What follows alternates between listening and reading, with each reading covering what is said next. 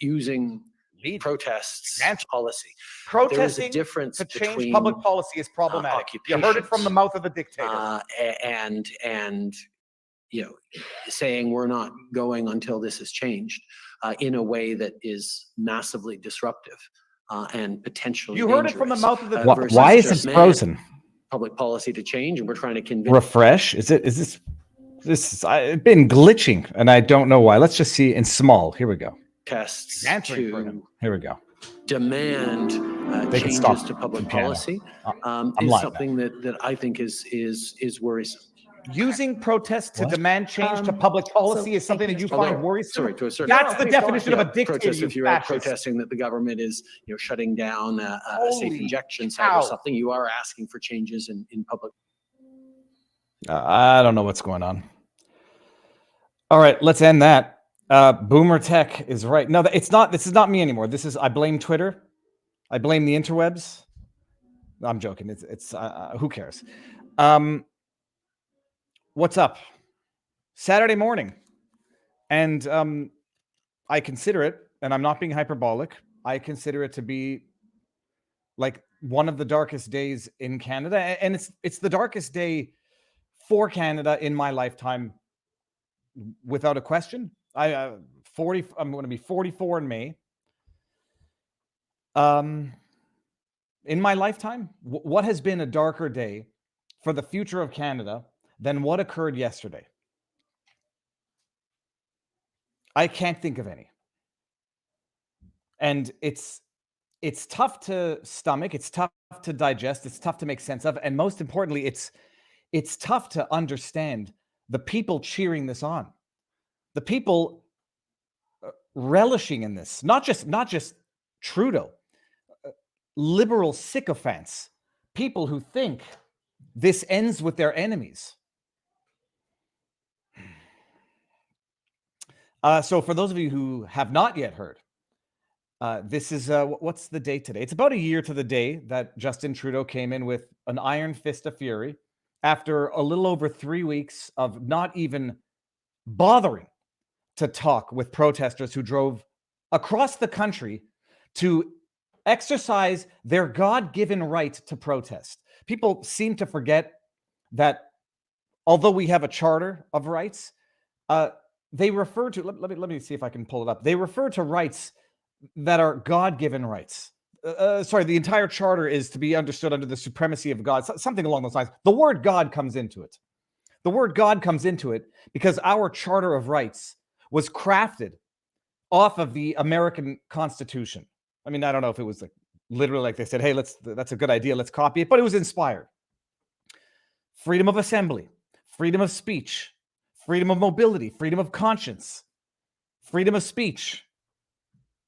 Apparently, we have none of those anymore. And people are going to say I'm being hyperbolic and I'm being a rage farmer. We have none of those anymore. At least we in Canada, and to a certain extent, the rest of the world. This is a global descent into tyranny being ushered in by people who don't understand what they're sacrificing. I should have mentioned, geez, Keith Wilson is not coming today. He's going to be on Monday. Timing wasn't going to work out today, and plus I'm not going to be good company. We have a charter of rights. Supremacy of God, we have these rights that cannot be violated except in as much as can be reasonably justified in a free and democratic society. You know what? I have to bring it up.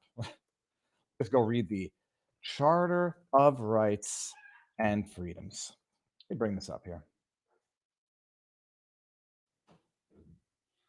Here we go. Let me bring it up. It's law. It's a law in Canada. And we see what law on paper looks like in reality. Here, let's just the Constitution Act, the Canadian Charter of Rights and Freedoms. Are we looking at the same thing? We are. Whereas Canada is founded upon principles that recognize the supremacy of God and the rule of law, we have neither. I wouldn't be surprised if Justin Trudeau tries to amend that and put in the supremacy of Trudeau, the supremacy of government. You know, he'll do it benevolently. The supremacy of government. It's not about me. It's about government and the rule of law. The rule of law, which has now ratified and sanctioned the extrajudicial freezing of bank accounts, the violent suppression of peaceful protest. No, that's it. It's okay. We're going to get there. So this is a little over the year anniversary of Justin Trudeau coming down with a fist of fury. Oh, he didn't bring in the military. He just brought in armored vehicles, snipers, a militarized RCMP, Sudbury Police, Sûreté de Québec, OPP. Oh my, he didn't bring in the military. Understand that, people. We're not doing. We're not bringing in the military. We're just bringing in RCMP, armed, batons, riot gear, horses that stomp and trample 81-year-old Indigenous women, snipers on rooftops, drones. There was the RCMP, the Ontario Provincial Police, I think the OPS, Ontario Police Services, Sudbury Police, Sûreté de Québec. Oh, but he didn't have the military, so he didn't violate our rights.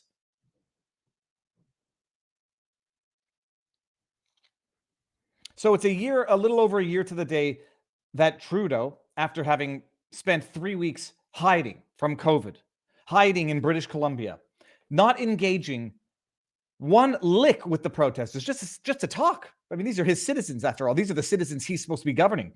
Doesn't engage whatsoever, looks for the pretext to invoke the Emergencies Act, does it, beats up veterans, cuffs them, arrests people, puts people in pretrial detention for months for nonviolent mischief charges,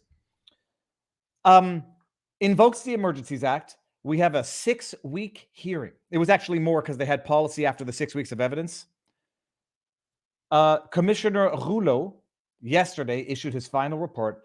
I didn't read the whole thing. It's 2,000 pages. It's 4 volumes of let me just show you what it looks like. Divide, conquer. Make sure nobody's ever going to read this thing. Although, between everybody on the internet, we'll get the important parts. That's part 1.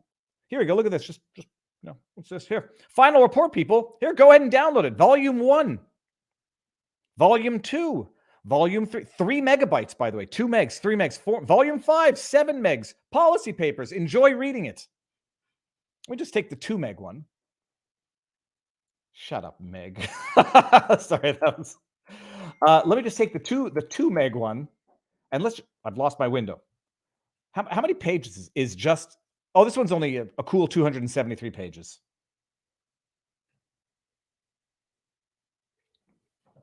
So just a couple of 2,000 page volume thing. You know what the conclusion it came to? Justin Trudeau met the threshold of invoking the Emergencies Act to quell, to violently suppress the most peaceful, joyous protest Canada had ever seen, and I think the world. Hold on a second. Okay. No, he didn't. No, he didn't. What do I know? Oh, by the way, so before I get into my correction, I like to make my corrections more public than my mistakes. Are we currently streaming on Locals? If I refresh. Okay, so it says no, yes, and no. So I get 2 no, 1 no, 3 yeses. I don't see myself, however. Okay, so let me just try to figure something out on. It's good. I can't see anything, but people say it's good. So, okay. So we're actually simultaneously streaming on Rumble, Locals, and YouTube. Good. It looks like it's working on Locals. I can't see myself on Locals, but it doesn't matter. Okay. Let me see that we're good on Rumble. The death of Canada. We're good on Rumble. And let me see where else we should be good. I didn't put the link to Rumble in YouTube. Give me 1 second. I knew I forgot something. I was a little depressed is the word. I mean, there's no silver lining to this. Link to Rumble. And I'm not trying to be dramatic and hyperbolic, and I'm not going to cry like Aquila, obviously, after Hillary Clinton lost. This is, I mean, people don't know what they've just sacrificed. People don't know what they're ushering in, and people don't know and don't appreciate what just happened. Because there was a protest that lasted 3 weeks in downtown Ottawa that upset some people because of honking horns, and people have just willingly relinquished their most fundamental God-given rights. Oh, but it'll stop with those pesky, racist, xenophobe, transphobe, extremist truckers. It'll stop there. And Justin Trudeau's internet streaming censorship is going to stop at broadcasters.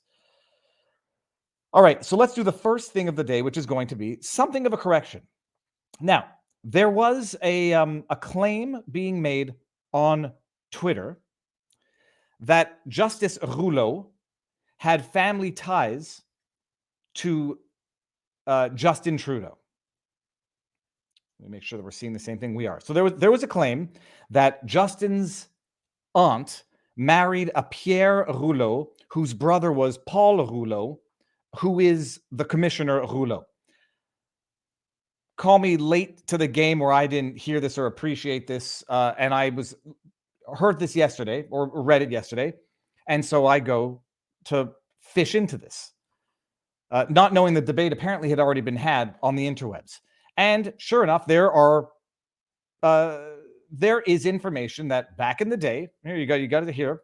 I can't bring that up any bigger, but Ise Rouleau, Pierre Rouleau, sister of Pierre Trudeau, and then you have on another website a family tree which indicates a Paul Pierre Rouleau, and people made the connection, as did I.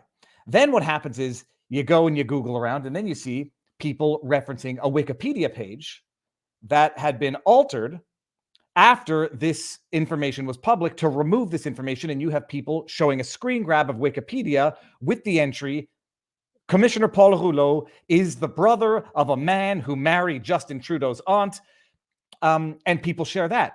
Then you see that Wikipedia entry was apparently deleted, and then you say, oh, they deleted it, or the reflex is one of two things. Oh, it's deleted because it's true, and now this is part of the cover-up, or it was deleted because it was based on the same misunderstanding, misapprehension of people wrongly concluding that a Pierre and Paul Rouleau of old are the same as the Pierre and Paul Rouleau who Pierre married. All right. And so I tweeted, this is insidious corruption, and I'll correct myself if this information is inaccurate, and I will correct myself. It's not a question of pride. It's a question of accuracy, and it's a question of if you have said something which turns out not to be accurate, the correction, in as much as humanly possible, has to be more broadcast and more vocal than the error itself. While if I were a Snopes fact checker at this point, I would say that this is false, maybe at best bordering on unconfirmed, because we're dealing with like internet information wars where people who say this is false show a screen grab of an obituary of another Rouleau, the Rouleau apparently, who married Justin Trudeau's aunt. And they say, look, it's fake because here's a screen grab that shows that it's fake. And you have like battle of the screen grabs, battle of the digital information in terms of accuracy.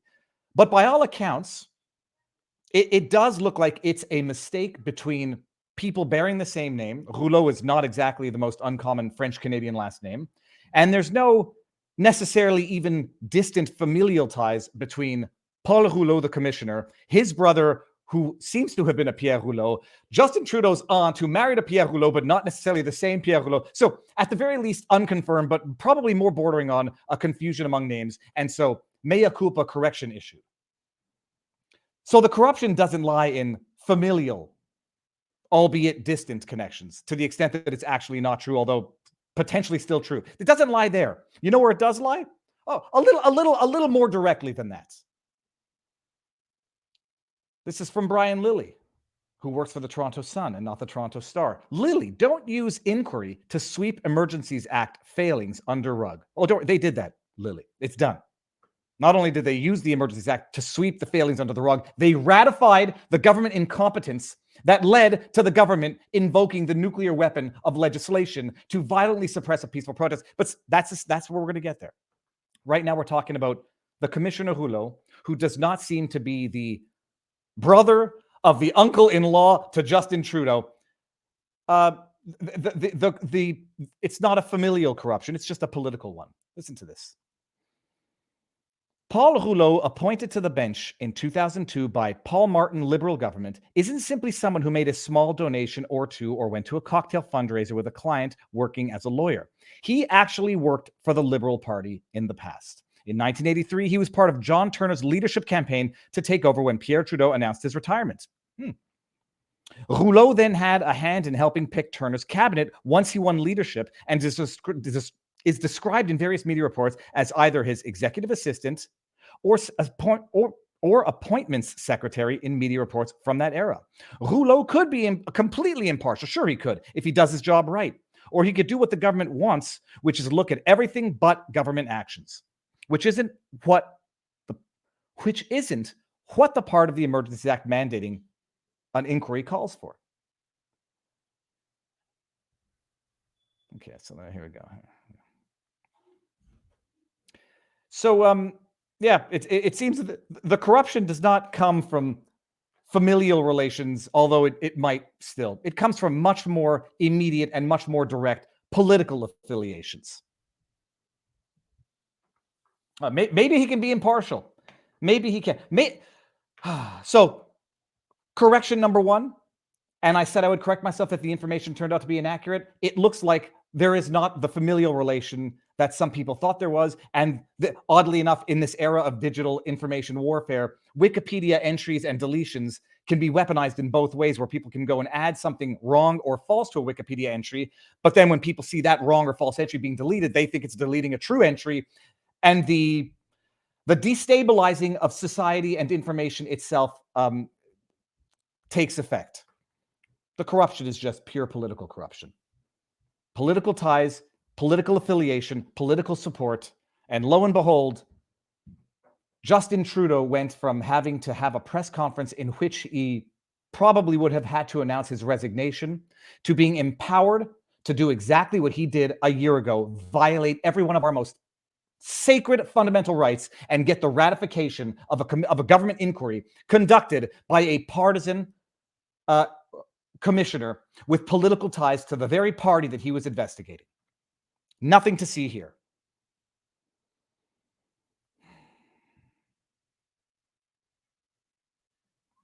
Let me see this here. Brad Raymond, Viva Fry, do you want to bet that nowhere in the report where there'll be any criticism of Trudeau's early and often divisive and insulting rhetoric?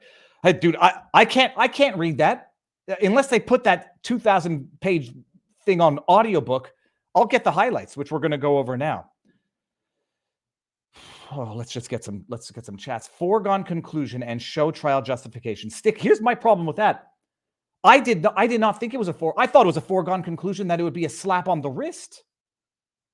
I thought it was a foregone conclusion it would be a slap on the wrist, but a reprimand. A very stern worded, don't just use the Emergencies Act to do willy-nilly. You have to exhaust all of... Anybody who watched the bloody inquiry knows that it's a bloody joke. They admitted, every element of authority, every aspect of government admitted they had existing laws that were sufficient to put an end to this protest. They could have gone to the courts to get an injunction. They could have invoked the criminal code to arrest people, to remove trucks. Every element of government acknowledged they had the tools required to end that protest, even in the absence of some form of negotiation and discussion. But tyrants don't negotiate, tyrants don't discuss, and tyrants don't lower themselves to the filth of the citizenry that they rule over. You know, unless there's virtue signaling points to come out of it. There was another super chat that I missed here. Let me see if this one. Sancho Relaxo. Anyone here actually believe Beta Boy actually takes the State Department's call on all of these? It's all deputy banderista people. Come on. Everyone who watched that inquiry saw the violence that they talked about was perceived violence. You heard the Ottawa authorities. Perceived violence. Microaggressions. It was a joke from the beginning. It was an obvious conclusion It should have been from the outcome. What irritates me now is everybody's saying, "Oh, it was a show trial from the beginning. Everyone knew that." No, hey, maybe I'm dumb, or maybe I'm even more naive than I think I am. Just, no matter how cynical I get, I'm still being naive. It wasn't. What was foregone is that there had to be a sanction for this rule, for this invocation of the Emergencies Act. There had to be, because if there were not going to be, it's the end of freedom in Canada. And lo and behold, it's the end of freedom in Canada. And I'm not exaggerating. Look, hold on. Let's just hear it from the mouth of the dictator himself.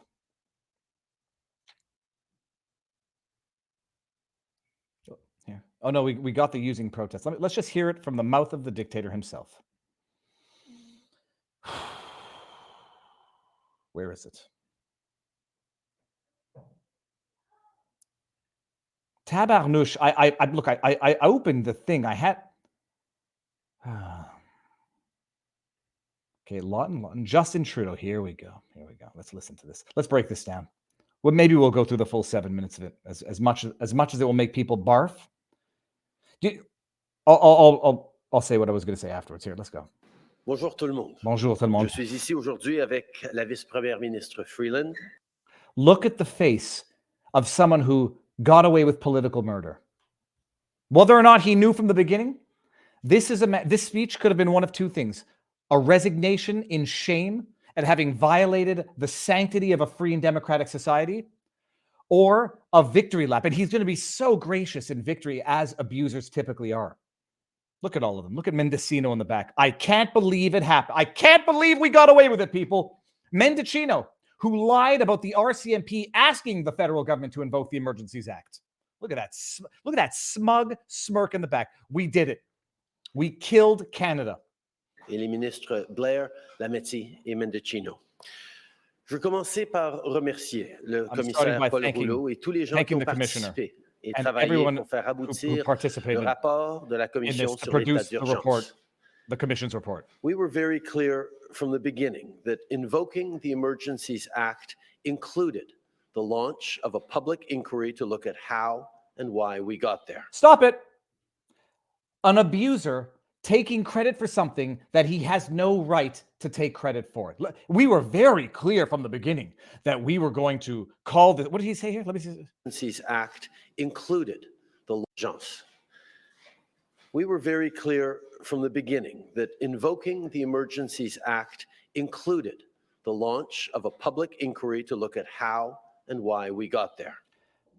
The mentality of an abuser. We were very clear that invoking the Emergencies Act would include an inquiry. No, you weren't, Trudeau. It's in the law. It had nothing to do with your benevolence.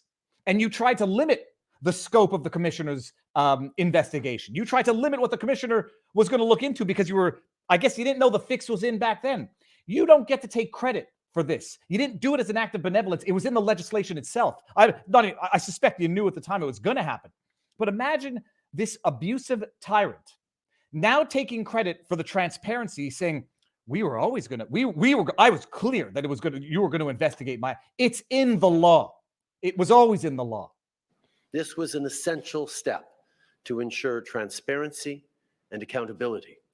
It wasn't an essential step. It was a baked-in legislative step. Oh, but I did it. I ordered the investigation into myself because I'm not a tyrant. I'm the most transparent person ever. During the inquiry, I welcomed the opportunity to appear and to answer the Commission's questions, as did all my colleagues. And you perjured yourself for the entire world to see, Justin. You think we're dumb? That we don't remember the insults and the slurs that you hurled against Canadians? Those people are putting us all at risk. Oh, these people who are anti-vax, they're anti-science, ils sont souvent misogynes. They're oftentimes misogynist. Those women who don't want to take a jibby jab because it might interfere with their period, they're misogynists. Ils sont souvent extrémistes. They're oftentimes extremists. And we have to ask ourselves as a society, do we tolerate these people? Oh, but they take up space. Oh no. And then you get up in front of Commissioner Rouleau and lie under oath about having never called Canadians names. Oh yeah, we saw your testimony, Trudeau. The work of the Commission and everyone involved was very important not only to better understand what happened a year ago, but to have a roadmap going forward for any future government. Do you understand what he just said? Not just to understand what happened, but to set out or lay out the groundwork for any future government. You know what that groundwork is now? Declare a protest illegal. You can invoke the Emergencies Act. You can freeze bank accounts. That's the roadmap, people. You know what that roadmap looks like? It looks like the roadmap to 2030. You will own nothing and you will be happy. Oh, I'm sorry. That's conspiracy theory, right? I can't talk about the Great Reset, Agenda 2030. Oh, yeah, we can, because we now know that it's an actual thing. Let's just hear it again. Let's just hear it again, because it's so beautiful to the ears. Understand what happened a year ago. You need to understand what but happened. To have important, not only to better understand what happened a year ago, but to have a roadmap going forward. Look at Chrystia Freeland. For any future government. Look at Chrystia But to Freeland's have face. A roadmap. Yes, going the forward roadmap. For any future government. You got the roadmap. It's a roadmap to the basic dictatorship of China that you envy so much, Justin. You got that roadmap. He's telling us, he's telling you in real time, this is the future of Canada. You get a petty tyrant in power who doesn't feel that he needs to listen to or negotiate or compromise with the very people he was elected to represent, that he's paid to represent. When he decides it's an illegal protest, well, then you can get the shit kicked out of you.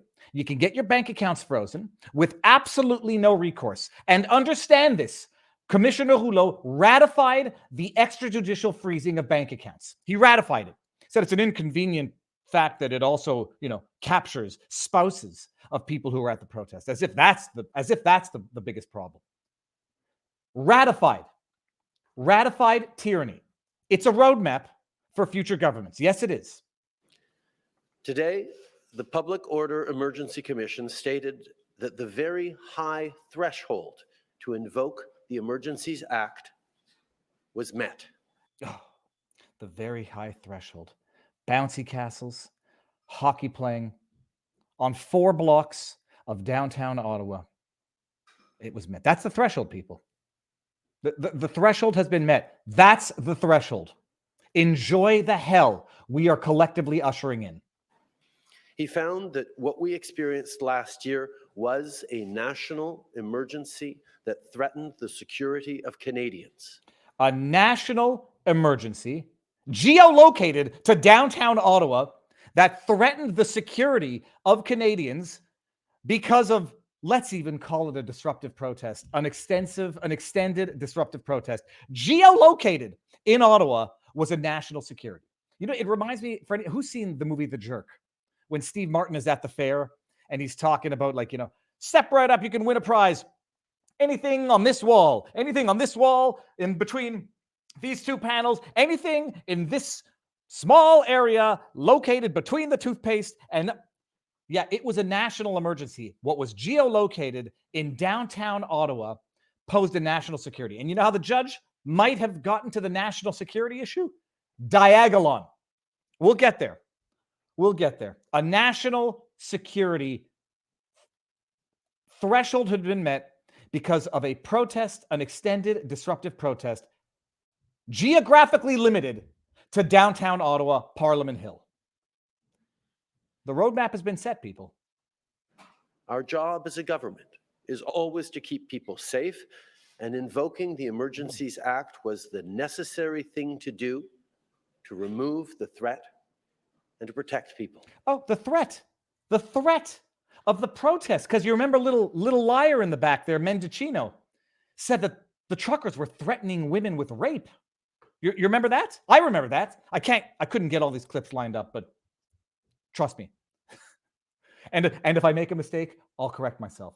Mendocino, in a line of questioning with Raquel Dancho, said that the protesters were threatening women with rape. And Raquel Dancho, at the time, one of the things I correct myself on, I didn't know that she was being facetious or ironic, said, well, how could you have let women members of parliament walk among these rapist protesters? It was so dangerous. How could you have put us all at risk like that, Mendocino? I didn't realize that she was being sarcastic. The threat that these protesters posed. Crime went down in Ottawa during the protest. I was there. I saw it. I never felt safer walking in downtown Ottawa than when that protest was going on. The homeless people were getting fed. Sidewalks were getting salted. This is Orwellian fabricating reality to justify tyranny. Sorry. We've all been through a lot over these past years. Yeah, some of us more than others, Justin. Some of us more than others, and I'm not including myself in that. I've been through a lot, but other people have been through much more. Oh, we've all been through a lot. I had to cross into my Quebec summer home when interprovincial travel was when I disallowed interprovincial travel. I felt very bad breaking those rules. Hey, Justin, we've all been through a lot. One of your liberal ministers, or whoever the heck that guy was, went to St. Bart's for Christmas with a pre-recorded video of how Canadians are going to have to celebrate Christmas differently this year. And he published that pre-recorded video telling Canadians that they were going to have to celebrate Christmas differently this year while he was sunbathing in St. Bart's. Doug Ford met with his daughters while other Canadians were not allowed to meet with their kids. Oh yeah, we've all been through a lot, but some of us have been through more than others. We're all in this together, but some of us are in it more together than others. Rich or poor, it's good to be rich, and it's good to be part of the political elite.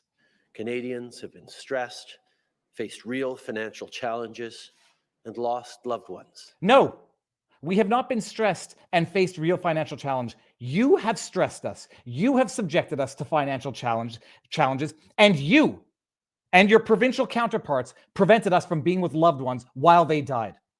Nothing can be more inhumane than that. So, no, it didn't just happen, Trudeau. You did it. And then when people protested about what you did to them, you didn't listen to them. You didn't talk to them. You didn't meet with them. You didn't bring in the military. You just brought in your goon squad to beat the ever-loving piss out of them. And you just got away with it. Many people came to Ottawa because they were hurting and wanted to be heard. Yeah, and you know what? You hurt them more and you didn't listen to them. In our country, everyone has the right to protest peacefully. That's a fundamental right that government will always defend. Until it decides it no longer wants to defend it. Until it decides that violence is microaggressions. Violence is the perception of violence. Until it decides that occupying a street, parking cars is no longer peaceful. Then they will come in and beat the shit out of you. Oh, I'm sorry. And they did. Chris Deering, I remember I was at the protest and I saw a big burly trucker sobbing his eyes out. I remember the street because it was down. So you went, there was the Cenotaph, the Wellington, and I was all the way down on the other end, a big burly trucker at the back of his rig sobbing. And I was doing the on the street interviews and I wanted to ask him what was going on, but it was not a time where a human wanted to be seen in the public, let alone in live. He was sobbing because that was the day I found out afterwards that the government had beat the ever-loving piss out of Chris Deering, a veteran who is 140 pounds soaking wet. Like I think he might even been a little shorter than me, but I interviewed him. Assaulted, handcuffed, lost one of his medals, hauled off like a bag of trash out of Ottawa into the outskirts, and then left in the winter snow. No. That's Justin Trudeau's Canada. Ratified. Commissioner Rouleau ratified it. Here in Ottawa, people are used to political activity and protests on Parliament Hill. Yeah, when it's BLM and stuff that they like. When it's BLM, trans rights, they're cool with that. But when they're not cool with it, Emergencies Act. But as the commissioner said, lawful protests descended into lawlessness, culminating in a national emergency. Streets were blockaded in our capital city for weeks, causing serious harm to families and small businesses. Small businesses. Can you imagine this pathological abuser? The 3 weeks of protest caused financial harm to the small businesses, not the year and a half of lockdowns, or a year, whatever, that led to those protests. When the government locks you down and causes you financial harm, it's for the greater good. When there's 3 weeks of protest, it's violence. And by the way, any one of those businesses that had stayed open during the protest would have done gangbuster business. No one was breaking windows, unlike other protests. No one was spray painting walls, unlike other protests. No one was shouting obscenities. Maybe they were saying, F Trudeau. Any business that would have stayed open would have done gangbuster business. But the government, Ottawa, told them to shut down. And the ones that didn't, cafe, I'm going to forget the name of the cafe. Hey, they sick their goons on them. Aux frontières, à plusieurs endroits du pays, Aux frontières on the les border. barrages nuisaient à notre économie et mettaient en danger la sécurité publique. So at the borders, at several places across the country, blockades were causing problems and interfering with our economy. You know what the problem is? Liar, liar, pants on fire, Trudeau. All of those blockades were resolved by the time you invoked the Emergencies Act. Even the one at the Windsor Bridge was resolved by the time Justin Trudeau invoked the Emergencies Act. This came out at the hearing. And you know how the one at the Windsor Bridge was resolved? Oh, no Emergencies Act. They went to court and got a bloody injunction. No. So now history will be rewritten for the ignorant. And the ignorant, the unaware, the willfully blind are going to say he had to do it to free up the border. The border blockings had been resolved. The Windsor blockade had been resolved via court order because all measures required to resolve the issue existed currently under the law. Hence, item number 1 to invoking the Emergencies Act had not been met. Par exemple, à chaque jour au pont ambassadeur, For c'est example, 300 every day millions de dollars at the Ambassador Bridge, de marchandises qui transitent entre Windsor et Détroit. millions of dollars or billions Des of dollars, milliers de personnes millions of dollars of merchandise crosses the border between Windsor and Michigan, or Windsor and Michigan, yeah. de familles et d'emplois dépendent de la circulation de ces marchandises. Families and businesses and employment relies on the free flow of this merchandise. That's just, you know where I'm going with the punchline here. Le fait de bloquer ce pont The act of était tout blocking it simplement inacceptable. was unacceptable. Hey, you know what the problem was, Trudeau? It had been resolved by the time you invoked the Emergencies Act via a court injunction. Hey, isn't it a bloody miracle that, Lexi Lee, the plaintiff there for the class action lawsuit, she went to get an injunction to stop the honking of the horns. The government never went to court to try to get an injunction to order the removal of trucks, to order people knowingly parked there to move their trucks or face contempt. They never did that. Why would they never have done that? It's almost like everything Justin Trudeau did or did not do for the 3.5 weeks leading up to the invocation of the Emergencies Act was done or not done specifically to allow him to invoke the Emergencies Act. And by the way, we know this because they had a negotiated settlement of sorts the day he invoked, or the day before he invoked the Emergencies Act. I forget if it was the Sunday of or the Sunday before the Monday. They had a negotiation that would have made it unnecessary to invoke the Emergencies Act. The government refused that settlement or disregarded that settlement and then invoked the Emergencies Act. Everything Trudeau did or did not do for the 3.5 weeks leading up to it was specifically done or not done for the purposes of allowing him to invoke the Emergencies Act, even if he knew, because this also came out during the commission, even if he knew that by invoking the Emergencies Act, he was actually going to exacerbate or foment anti-government sentiment that may have not existed in the first place. They knew it. CSIS, I forget what, the Canadian Security of Intelligence, whatever. CSIS advised that by invoking the Emergencies Act, Trudeau is actually going to do more to exacerbate or foment anti-government sentiment than not. And he did it nonetheless because he was trying to provoke the very reaction that he never got in the first place to justify the invocation. Ce barrage mettait en péril le commerce avec les États-Unis, les chaînes d'approvisionnement essentielles. The blockade put in peril the supply chain with the U.S. et l'économie canadienne. And the Canadian economy. It was all resolved, Justin, by the time you invoked the Emergencies Act. Low-level, low-informed, low information voters are not going to know they're being lied to in real time, because that blockade was over by the time Justin Trudeau invoked the Emergencies Act by way of court injunction. And at Coutts in Alberta, Oh, yeah, Coutts. guns were found at the blockade. There was That's a lie. That's a lie. They were not found at the blockade. Not to justify it. That, from my understanding, they were not found at the blockade. They were found a distance away from the blockade. Imagine, in rural Alberta, guns found. What kind of guns were they, Justin? risk that people promoting ideologically motivated violent extremism could act out, or that they could inspire others to act out against their fellow citizens. I'm The going to let it run. situation was volatile Oh, it was volatile. and out of control. Out of control.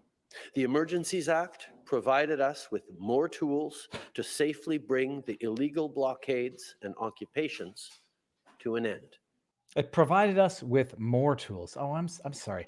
I'm no Emergencies Act expert, although I might very well be at this point in time. Close to. I'm not. I'm joking. The invocation of the Emergencies Act was not supposed to add more tools to an already existing inventory. It was to provide the tools when existing tools were insufficient or inadequate. The evidence that the existing tools were sufficient and were adequate, existing tools were used to end the Windsor blockade. That's even assuming the disruption of a national emergency level, but it doesn't matter. Let's be clear. Well, let's be clear. You're going to get lied to. He's going to lie to you now. Let's be clear. And what is going to be the lie? Guaranteed. I don't know what he says right now. It's going to be bullshit. We didn't want to have to invoke the Emergencies Act. Bullshit! You wanted to do it from day one. You wanted to do it. You did everything in your power to trigger, to provoke a violent response from that crowd. Everything in your power. Let's be clear. We didn't want to. You know what? I'm clear. Now I know that you did want to. Oh my God. And by the way, I hadn't actually heard that part afterwards. I knew it was going to be bullshit. It's bullshit. And it's actual, methinks the lady doth protesteth too much. I didn't want to do this. Look what you made me do. Typical abuser rhetoric. Look what you made me do to you. I didn't want to hurt you. It's a measure of last resort That we used as a first resort. We're all out of ideas. We've tried nothing, and we're all out of ideas, to quote Ned Flanders' beatnik parents. But the risk to personal safety, the risk to livelihoods, Oh, really? and equally the risk of people losing faith in the rule of law that upholds our society and our freedoms, those risks were real. Oh, irony, I've lost faith in our legal system. I've lost faith in our rule of law, because there is no rule of law in Canada right now. There's rule of Trudeau. And he's got his cronies in the police. He's got his cronies in the courts, or I should say in the commission, that just ratified the rule of law. Personal safety? 3.5 weeks that protest went on. Do you want to tell me anybody who was assaulted? Anyone, any act of violence perpetrated by the protesters in the name of the protest? No. There was arson, which Justin Trudeau's cronies in the media tried to blame on the convoy. That was totally unrelated to the convoy. Oh, the desecration of the monuments. They desecrated the Terry Fox monument by putting a flag in his hand. Responsible leadership required us to restore Look at Christopher and Freeland. order. Look at her. Oh, what happened there? Après avoir entendu des douzaines de After having témoins, heard après avoir a dozen étudié of les documents nécessaires, after la analyzing the Commission sur documents l'état necessary, d'urgence a indiqué que l'année dernière, on faisait effectivement face à une urgence nationale the commission concluded that last year we faced a national très emergency élevé à respecter And- pour and that we- invoquer la loi sur les mesures d'urgence. and that we met the high threshold été to invoke atteint. the Emergencies Act. It was reached. Ces mesures ne devraient jamais être prises à la légère. These measures should never be taken lightly. Depuis le début, notre gouvernement était confiant que c'était une décision responsable From the beginning, our government was comfortable that it was a responsible act to take. et on savait qu'il y aurait une commission d'enquête And we knew pour there was going to be, assurer d'être transparent to pour les ensure that Canadiens. that it was transparent for Canadians. The report provides a comprehensive, objective account of what happened. Yeah. By the way, it's necessarily subjective by the subjective interpretation of the Commissioner Rouleau, but whatever. Semantics. also provides recommendations. Within the next year, our government will issue a comprehensive public response to the Commissioner's recommendations.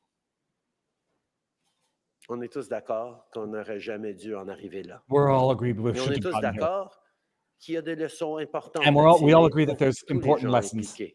to draw from this for everyone involved. Because of the thoughtful work of the Commission, Because of the thought. Oh, there sorry. are the big lessons issue. for everyone involved. Oh, thank you. Law enforcement agencies, all orders of government, and elected officials. Yeah, there's a lesson for me. I can get away with murder. No, luckily no one died. I can get away with assault. There's a very important lesson for me. People say like Teflon Don or Teflon Trudeau. Like there's a very important lesson. When you're the dictator, you get away with crimes against your own citizens. Like it's not Teflon Kim Jong-il or it's not Teflon President Xi. When you're in a dictatorship and you're the dictator, you get away with your crimes. Justin Trudeau has gotten away with his crimes, in my humble opinion. We will take seriously what the Commissioner concludes and what he proposes. Responsible leadership means that we are always striving to do the very best for Canadians, in words and in deeds. Yep. Can I cue the picture of the police, kneeing veterans? Oh, okay. Just let it play out. Let's let it play out. Il y a 2 jours, Oh, look at that face. c'était le jour du drapeau canadien. 2 days ago, it was the day of Il y the a Canadian 58 flag. ans, l'unifolié a été hissé sur la colline du Parlement pour la première fois. 58 years ago, the maple leaf was unveiled Chaque for the fois que first je vois time. notre drapeau, Every time I see je our vois des flag, valeurs comme l'ouverture. I see values like compassion. openness. 2 days ago, it was Flag Day. Oh, he has to say We this again. celebrated the fact that 58 years ago, the maple leaf was raised over Parliament Hill for the very first time. When I look at the Canadian flag, I see hope. I I don't. see people who work hard every day. I see a I tyrant. see a country that has overcome tremendous challenges. You are the biggest challenge There's a Canada reason has to overcome now. Why Canada is one of the most successful democracies in the world. According to whom? According to whom, Trudeau? I think Canada fell down the list of democracies and free societies recently. I'll pull that up to fact check myself in a second. Jamie, pull that up. It's because we work at it. Oh, yeah. It's not always easy. Actually, sometimes it can be pretty hard. I don't want to have to punish you. Don't make me. I don't like punishing you. It's very hard for me to do this. But it's worth it. Look at Christopher Freeland in the Here back. in Ottawa, this Parliament, the Senate, the Supreme Court, these are not only old buildings, they're the institutions that protect our rights and freedoms. Like the same federal court that said mandatory quarantine hotels were not a violation of charter rights. The same courts that said a mandatory curfew was not a violation of charter rights. The same court that said your charter challenge to the vaccine mandates for planes and trains after 9 months gets dismissed for mootness because the government decided to stop abusing you. Oh, yeah. Nobody's lost faith in those institutions. This is something we must all continue to care for and defend. Not just governments. Look at that sneer, actually. Look at that sneer. Right there. Look at here. Look at this. Not just There, look at that governments, sneer in his face. not just elected leaders, but all Canadians. All Canadians. Our democracy is the responsibility of all of us together. Look at Healthy Lametti. democracy Look at Lametti on the right. is always going to make us stronger, especially in this moment of change and global uncertainty. Oh, it's a moment of change, all right. So let's be there for one another. And if you say something I don't like or you do something I don't like, I'll get the police. Let's listen to and respect each other. Listen to even and if respect we each don't other. always agree. Even if we don't listen to each And other. let's Trudy. continue to build a better future for all Canadians. Mm. Merci beaucoup.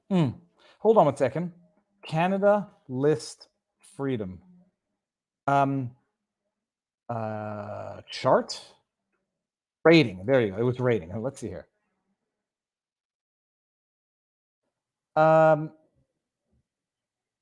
So freedom index by country. 2023. Let me see. Is dark good or is dark bad? If I had to guess, hover over tile for details. This graph does nothing. Oh, here, hold on. So let's see here. What is this? Oh, here we go. Let's see. Canada's number 6, 8.95. I remember reading an article where they were talking about how Canada had fallen down the index of free countries. Okay, that was painful. That was as painful for me as it was for you, everybody.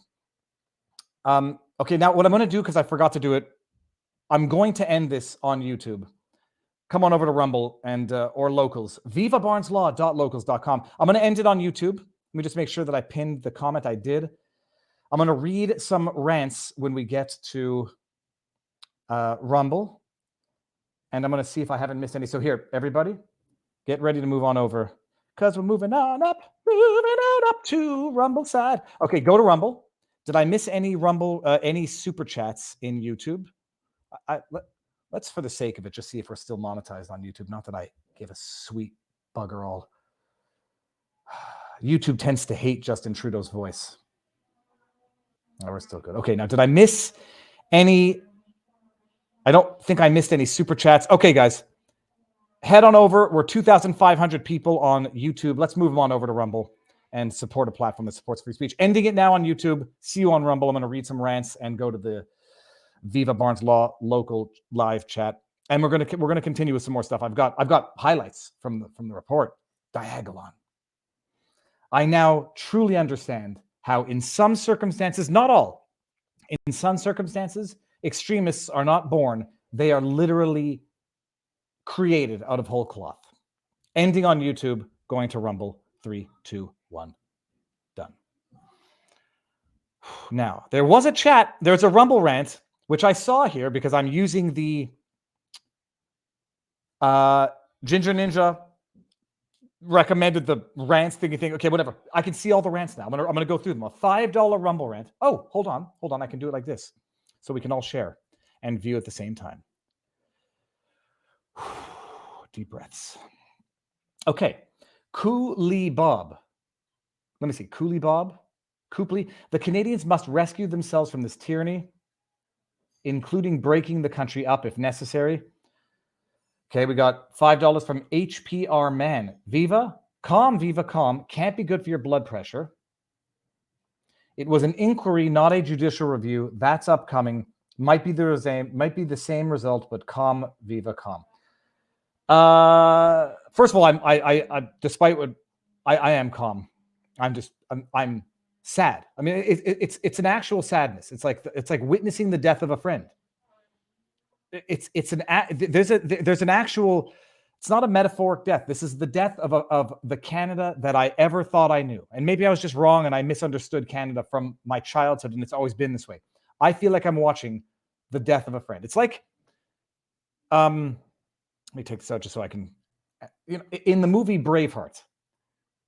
And you're always hoping, because it's like, the movie, what happens. And that one way or another, if it were like a superhero movie and William Wallace breaks out of the shackles of his torture at the end of the movie, spoiler alert, he dies. That even if he had survived the horrific torture death that he suffered at the hands of the English, well, he's still dead today. Like we're whatever, 1,000 years later. He's dead one way or the other. And it matters how it happened. But watching the movie, and you're still sitting there hoping he's going to, he can still survive. He can still make it out of this. And then there's that moment when the executioner, cuts into his stomach. And then you realize, like, there's no coming back from this. This is it. This is how it ends.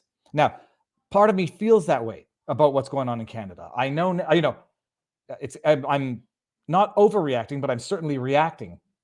And I'm reflective of the fact that it's not the end. There's political solutions.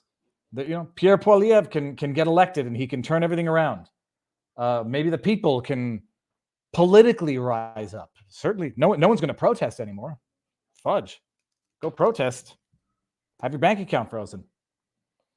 So maybe there's a political solution. You know what the darkest realization in all of this is? There's a lot of Canadians out there who feel empowered with their own bigotry, with their own intolerance. This is not just a victory for Trudeau. This is a victory for all those people who said those truckers are racist. They're extremists. Just shut up and take the jab. And they're going to learn the wrong lesson. The media that is bought and paid for by the Trudeau government, albeit from legislation which in theory can be attributed to either government, funding which in theory would be either government that's in power. It just happens to be Trudeau that's in power now since 2015. $600 million bailout to print press, $1.2 billion to Radio-Canada, CBC, COVID ad financing up the wazoo. This is going to be a victory for the media. We said that they were endangering their children. We were right. We lied when we said the protesters were endangering their children, and now we're vindicated. We lied when we said that this protest was racist, xenophobic, because there was one Nazi flag, one swastika, and one Confederate flag. A Confederate flag at a Canadian protest. Never mind. One. Our lies have been vindicated through Commissioner Rouleau's findings. It's maybe we're not yet at the hook in the belly of William Wallace. We're not far off. And now the vilification of Pierre Poilievre is going to go into hyperdrive, overdrive, whatever. People are going to demonize anybody who now supported the protest because vindication. All those snobby, elitist, privileged Canadians who either, especially in Ottawa, kept their jobs because they were government jobs, lived in fear and think that everyone else has to bow to the limits of their own fear, are going to feel vindicated now. A lot of people are going to learn the wrong lessons about this, not just Justin Trudeau. Viva, calm down. Okay, we got Niboopsh. Oh, hold on. Let me bring it back up. So that's the dark realization of this. Niboopsh says, Viva, Trudeau is not an idiot. He is evil. Evil. What is that word? Homos? Humus? I am going to move to Moldova. Team Z. I grew up poor, made lots of money, and gave it just disappeared, and gave it all away. So piss poor money rants. It's a result. Trumpet. Extremists are created and begins by teaching racism. So sorry for your loss. I felt that way November 3rd, 2020, but I believe in Jesus, and in him I have hope. Time for a road trip to Asbury. Go and report. Okay, HPR. And then we got Chet Chisholm, who I had on the channel a little while back. Snarky sense of humor, a soul-consuming coal furnace, a brick with googly eyes and pipe cleaner arms, and a cocaine-addicted, time-traveling demonic goat of Diagon are a threat to Trudeau's ego. Thank you for reminding me. We're going to get into Diagon now. An actual homo. What is homo? Chomo was approved by other homo. Okay, does this word mean something that I don't know what it means? Chat in Rumble, what does CHOMOS mean? It's not hummus. Let me see if anybody's going to tell me what this word means. An actual homo was approved by other homos and got okayed by other homos and Nazis. Chomos. What's chomos? Okay, okay. Get me to Florida, Viva, and get me 10. Oh, child molesters. Okay. Okay. Now, but I don't know. I don't even know if there's code, like if there's a meta code going on here. I will not say homos anymore, any more than I will say, okay. The amount of stress that has caused in resulting in many of us making mistakes, myself included, they are likely banking on that as well. It wasn't a slap on the wrist. It was a high five. No question. We cannot, and that's from Chet Chisholm. And Karma Police says, we cannot give up. These are dark times indeed. I'm not giving up. I feel like crying. But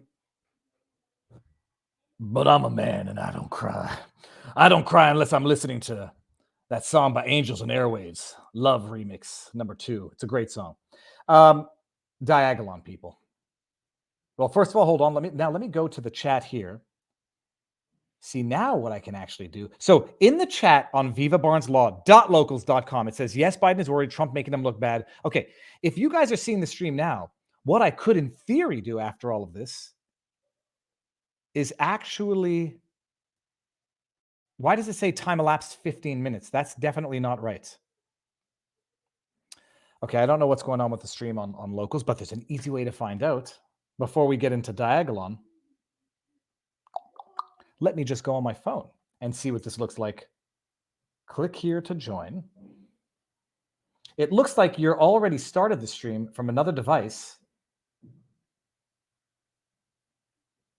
What in the name of high school football? All right, well, I don't know what's happening on locals.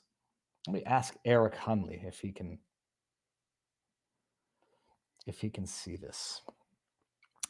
Can you go to locals and let me know if you see the stream live on locals, ? Okay.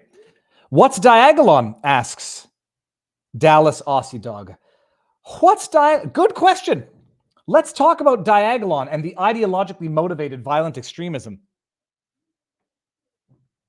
Funny thing is, where is it? Someone had sent me a Diagon ring as fan mail. Diagon is the meme universe created by Jeremy Mackenzie, the host of the podcast The Raging Dissident. So Jeremy Mackenzie, who I've had him on the channel a number of times.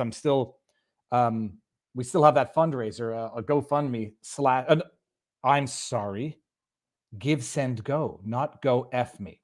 Give Send Go campaign, because Jeremy Mackenzie has been debanked. Canada, debanked. Apparently he might have found some alternative. I don't know what the deal is. I started a Give Send Go campaign. He sees me and commented below. Okay, cool. Booyah. So we're live on and now what I could do after this is end on Rumble and then just take it over exclusive to locals afterwards and get people to come join the community there. Jeremy Mackenzie, veteran. During lockdown, started a podcast called The Raging Dissident. You know, he would do what I did, but with much less of a filter and much more of an edgier sense of humor. A sense of humor that some people don't like. He would discuss things that some people would consider incendiary, inflammatory, read certain books that people said, hey, these books talk about revolution, and yet got demonized. And maybe, you know, understandably so, maybe he's his own worst enemy to some extent. But in his Raging Dissident, as a joke, and I still don't understand the extent of the joke. I just understand now it's Canada's Kekistan. Diagon. Apparently the president is a goat on drugs. And through this Diagon created a community of other veterans, other Canadians who were feeling isolated, depressed, distressed, sad, lonely during the pandemic. And they created a community through this Diagon.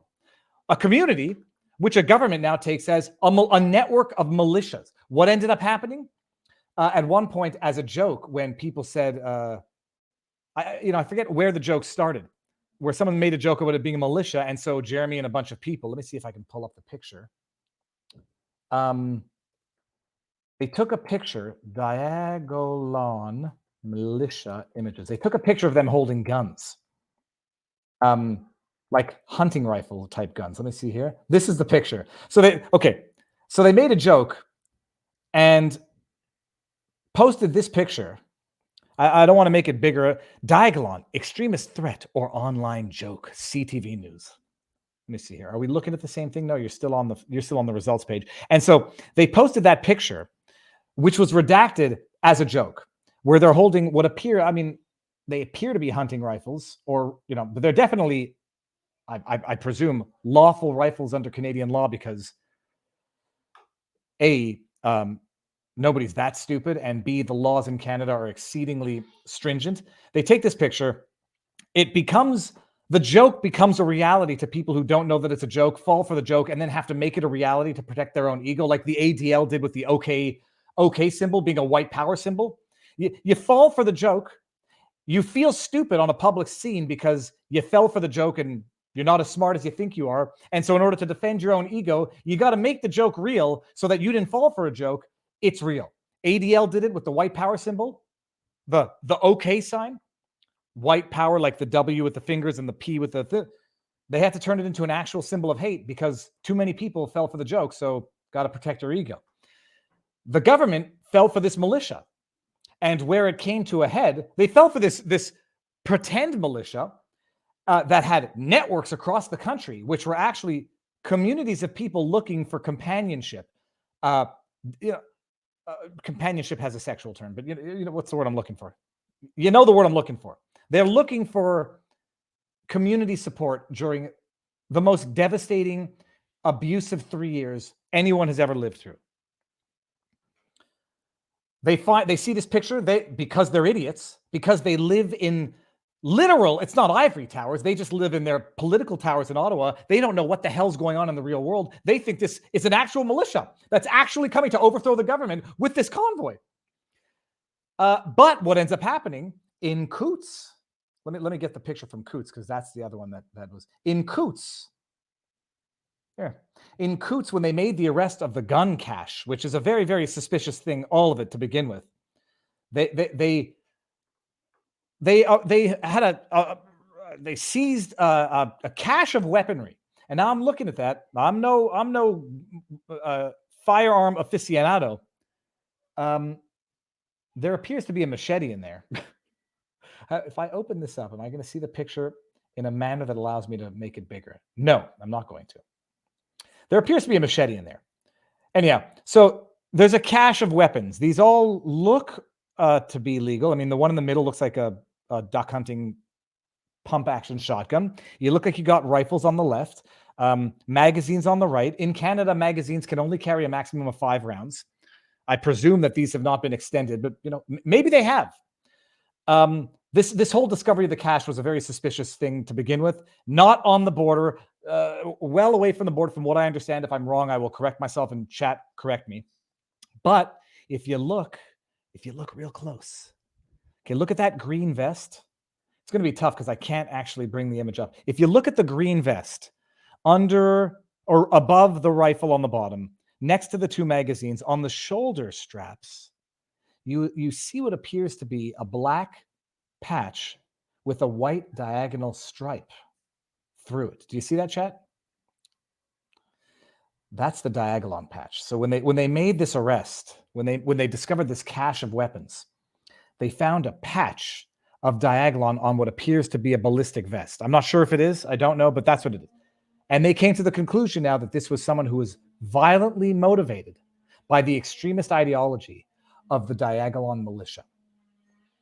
And that was used as a basis for the invocation of the Emergencies Act in the debates before Parliament. And I remember at the time, as I'm walking the streets, people saying, Viva, why are you ignoring Jeremy McKenzie? Are you controlled opposition? I remember people saying, like I'm supposed to know everybody on earth just because I live on the internet.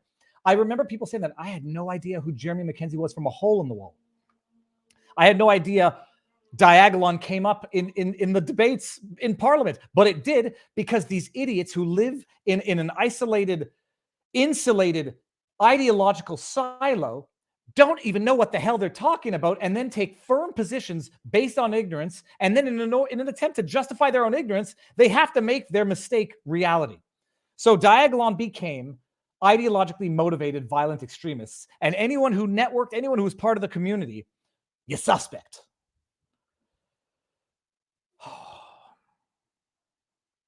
And so that's Diagon. Now let me bring up the portion of the report where Commissioner Rouleau mentioned Diagon. Justin Trudeau. Hold on, I have to bring up the part. Okay, that's Andrew Lawton. I don't think he was talking about it. Come on. There's debate. Okay, hold on. Let me close some windows just so that I can do this here. Okay, I'm closing this window. Let me go here and bring up what the judge said about Diagon. I know that I brought...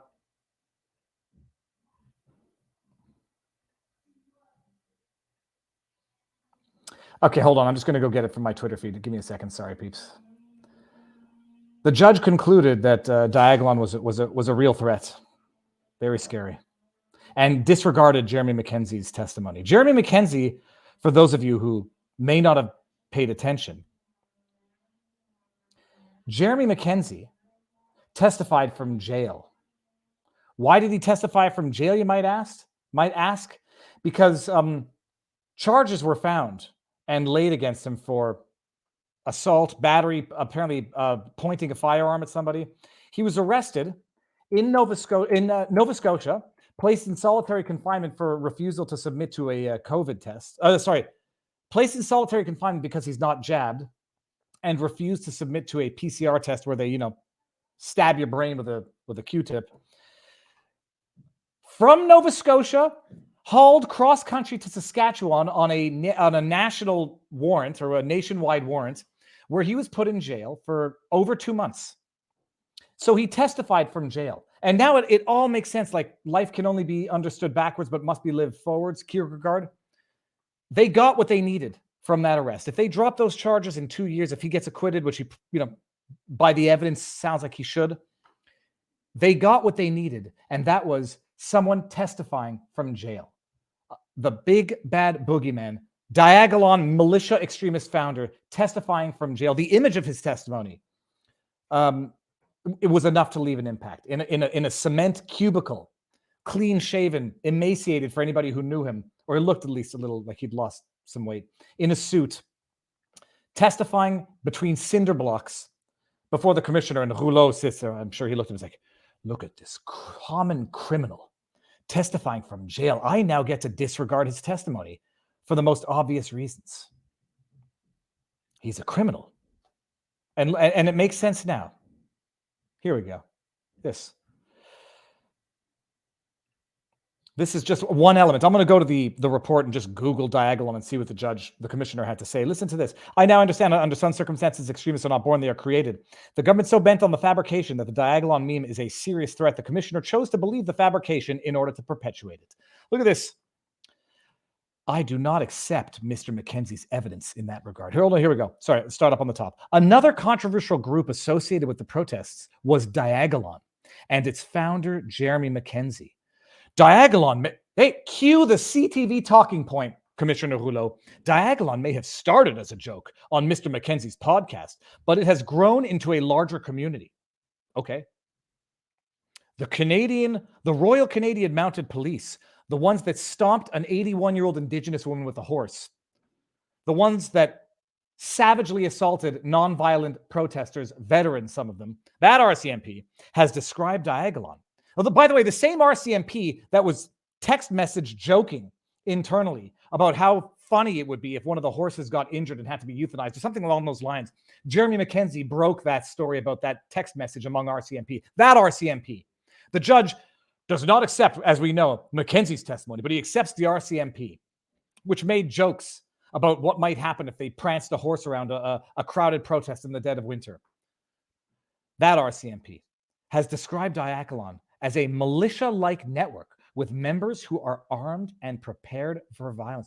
What universe are we living in? Jeremy Mackenzie, forget whether or not you accept his testimony, Commissioner Rouleau. There was video of him. Video evidence submitted. Oh, you don't believe it? You don't believe the video that you saw, or you don't believe the words that came out of his mouth at the time when Mackenzie said, keep your heads down. Do not give them an excuse because they're looking for an excuse. You don't believe that he said it at the time? Or you believe that when he said to be peaceful at the time, it was actually a dog whistle for violence? Which one is it, Commissioner Rouleau? We saw the videos. Jeremy Mackenzie at the time, because this is video evidence from the protest saying, keep your heads down. Don't do anything stupid. Don't give them an excuse. Yeah, that sounds like a real leader of a violent militia. In his testimony, the head of the OPP, yeah, you know me, Intelligence Bureau described Diagon as an extremist group. That's good. They also described microaggressions.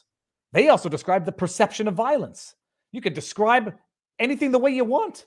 You could describe it as a violent group. Mackenzie is on video saying, keep your heads down. Don't do anything stupid. Don't give them an excuse.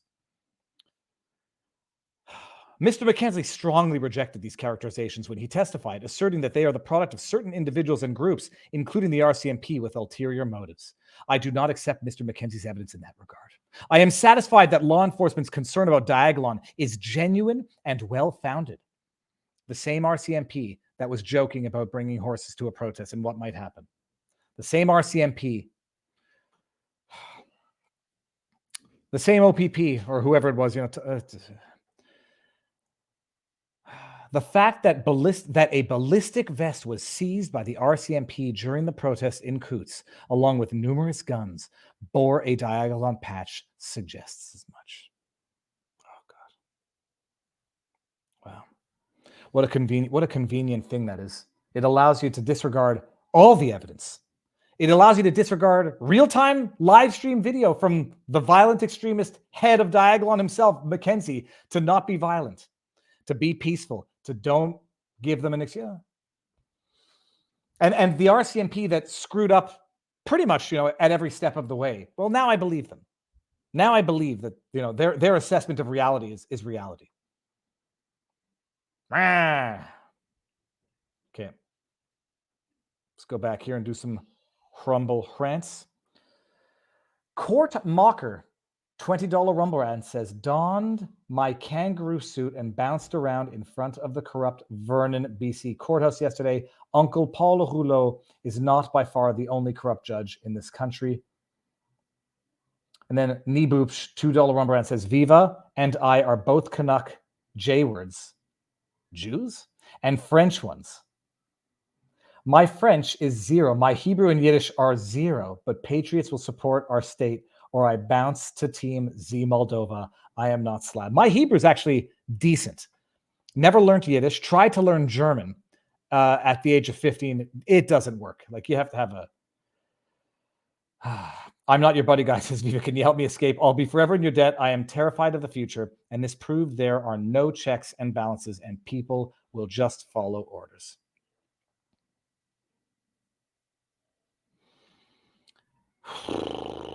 Okay. Let me just get to another part of this while we're on the speak of Diagon report. Which one is it? It's volume 3 that I pulled up. Volume 3 analysis part 2. How many pages? 343 pages. I've got to show you. Let's just go here. Okay. Yeah. Yep. And Diagon.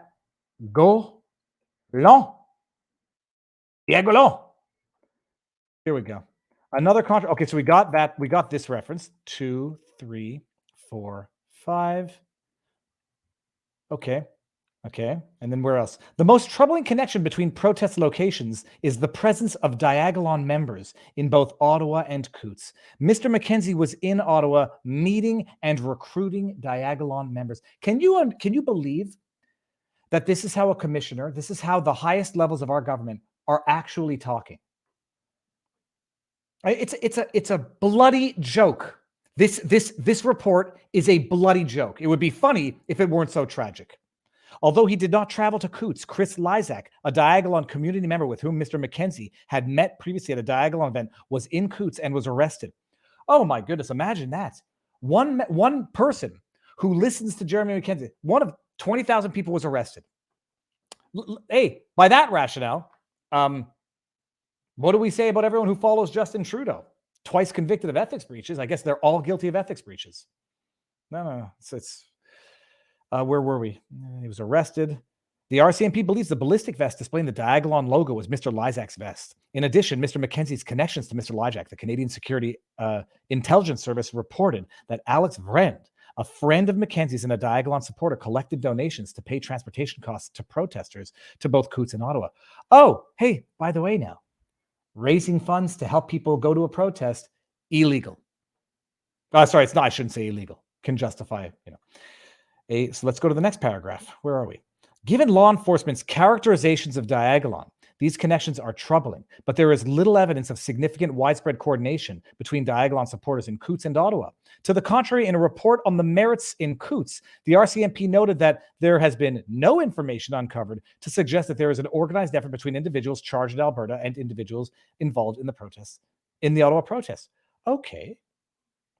Though no definitive links can be found, there was legitimate concern that similar individuals or groups intent on violence might be present in Ottawa or at other protests. Law enforcement and intelligence agencies view the group Diagon as a militia-like extremist organization. There's no proof that they coordinate, but that's how we view them. So, Emergencies Act, because someone might do something down the line, Emergencies Act. As if there's no laws against terrorism already on the books. As if there's no laws against suspected criminality already on the books. Emergencies Act. The Diagon insignia among the material seized at Coutts, coupled with the presence of Diagon leader Jeremy Mackenzie in Ottawa, heightened the concern. Yeah, just ignore everything that Mackenzie actually said about not doing anything violent. Just ignore that. He didn't say it. The video that you saw of him saying it, it wasn't him. It was a deep fake. or it was fabricated afterwards, or it's a dog whistle. It's a dog whistle. That's the easiest way. When Mackenzie says be peaceful, it means be violent. When he says be violent, it means be violent. All roads lead to extremism. When Mackenzie has women, minorities, religious minorities as members of the group, they're all extremists. All roads lead to extremism when it comes to motivated reasoning to get to the conclusion to which you want to arrive.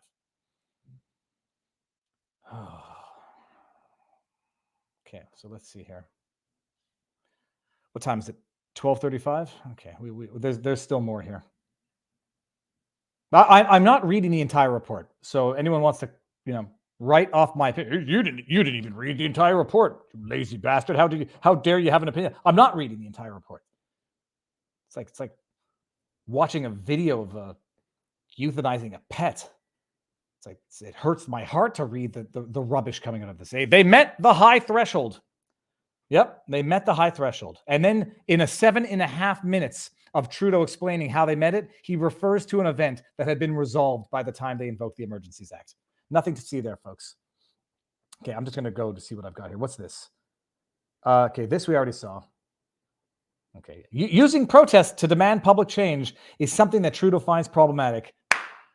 And he just got the ratification from Commissioner Rouleau, who may not be blood related to him or related through marriage, but is politically aligned. And as we've seen in current times, political affiliation is actually more powerful than family, because political affiliation or political incongruity can actually break up families. Being politically aligned is more important than friendship to some. It's more important to family. It's more important than family to some. And this is not a case of confession through projection. This is a case of lamenting the fact that I have friends who are no longer friends because they no longer discourse with me, because I've become an extreme MAGA Republican. Because I believe that charter rights are God-given rights that cannot be taken away by petty tyrants on basis of fabricated crises. So, yeah, there's that. There was an article that quoted my tweet, "Canada is dead." People don't understand the scope of what happened here. I'll share that in the chat. We don't have to go over that now.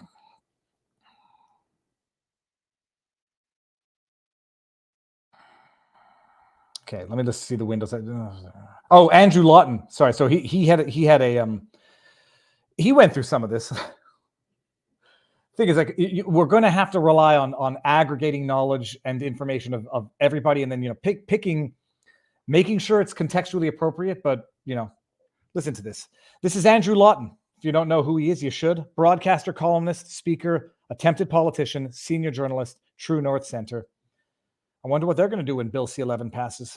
They should call it the True North Law, the Rebel News Law. Call it the Online Censorship Act. Breaking. Public Order Commission finds the federal government invocation of the Emergencies Act was appropriate. I end with a quote from Kieran Beatty, the minister who introduced the Emergencies Act. When the country is threatened by serious and dangerous situations, the decision whether to invoke emergency powers is necessarily a judgment call, or more accurately, a series of judgment calls. It depends not only on the assessment of the current facts of the situation, but more on judgments about the direction events are in danger of moving and how quickly the situation could deteriorate. It's all perspective. It's amazing. It's not supposed to be perspective. It was supposed to be reactionary to an immediate crisis, not preventative of a potential prospective crisis. But what do I know? I'm just a schnook. Judgments have to be made not just about what has happened or is happening, but also about what might happen. In addition, to decide about invoking exceptional measures, judgments have to be made about what the government is capable of doing without exceptional powers, and on whether these capabilities are likely to be effective and sufficient. For these reasons, I have concluded that Cabinet was reasonably concerned that the situation it was facing was worsening and a risk of becoming dangerous and unimaginable. Oh, won't someone think of the children? There was credible and compelling evidence supporting both a subjective and objective belief in the existence of a public order emergency. The decision to invoke the act was appropriate. And with that, people, your freedom dies with a whimper and not a bang. Commissioner Rouleau, let me just make sure we're still on. It's just that people don't understand what is happening. They don't understand it. They're busy. They think so long as I'm not there, I don't care. And that rhymes. And I don't wear any underwear. Commissioner Paul Rouleau writes that he reached this conclusion with reluctance, but I reached it nonetheless. I didn't want to have to do this to you, but I did. He further says that some of the federal government's emergency measures were not appropriate. Oh, let's hear which ones. I have concluded that in this case, the very high threshold for invocation was met. I have done so with reluctance. The state should generally not be able to respond to circumstances of urgency without the use of emergency. Generally? With the utmost of exceptions, not generally. It is only in rare instances when the state cannot otherwise fulfill its fundamental obligation to ensure the safety and security of the people and property that resort to emergency measures will be found to be appropriate. Oh yeah, they didn't go to court. They didn't try to give people tickets. They didn't get an injunction. They didn't impose or enact, or sorry, they didn't implement existing criminal laws. They did nothing, and they were all out of ideas. Invoke the Emergencies Act. As for the measures Cabinet put in place in response to the emergency, I conclude that while most of the measures were appropriate and effective, others fell short. But let's get to the freezing of the bank accounts. Given the overall effectiveness of the asset freezing regime in bringing the emergency to a safe and speedy resolution, I conclude that it was an appropriate and effective measure.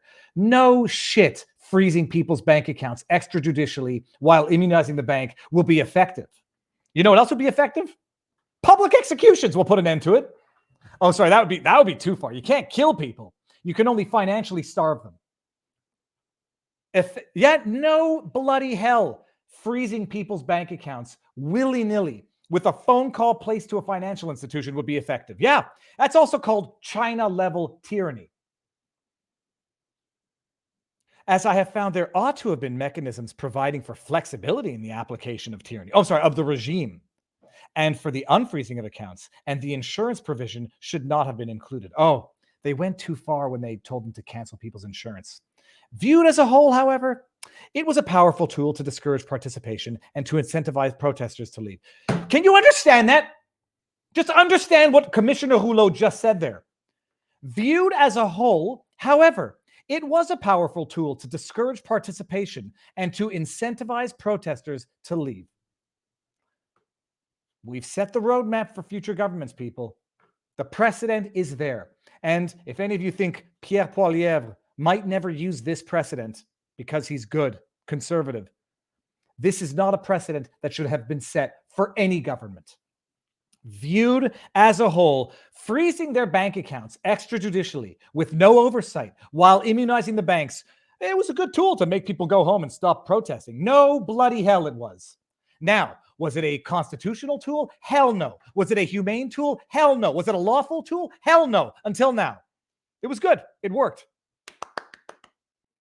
I am satisfied that it played a meaningful role in... it damn well did. In shrinking the footprint of the protests, and in doing so made a meaningful contribution to resolving the public order emergency. You have no idea what we have just sacrificed.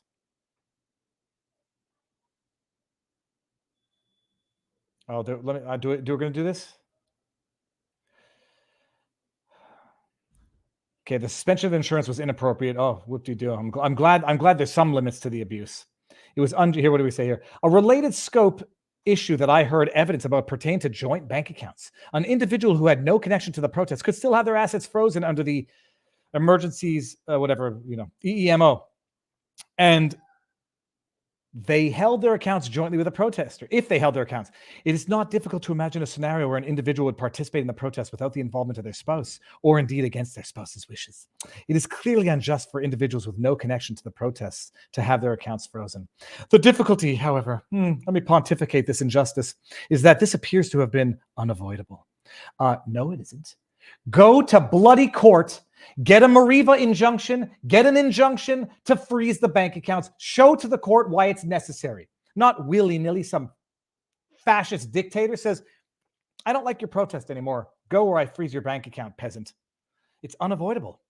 No, it's not.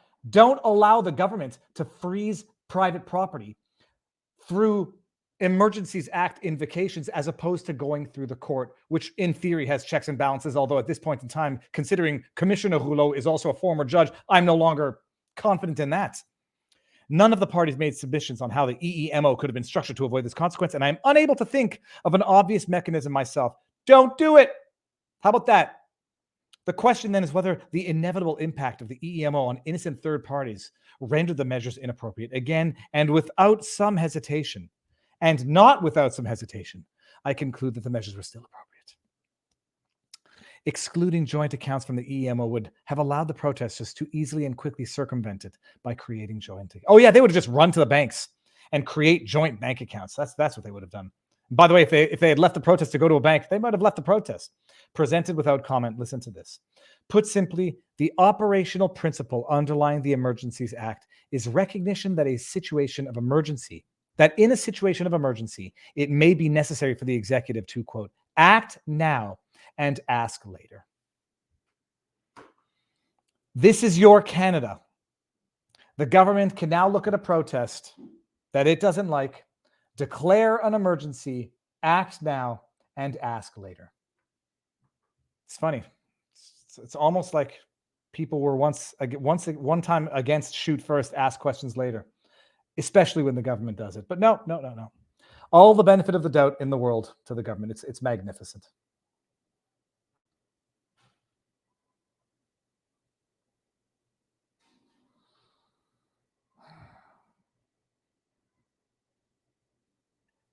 Okay, let me bring up some more chats, and then I think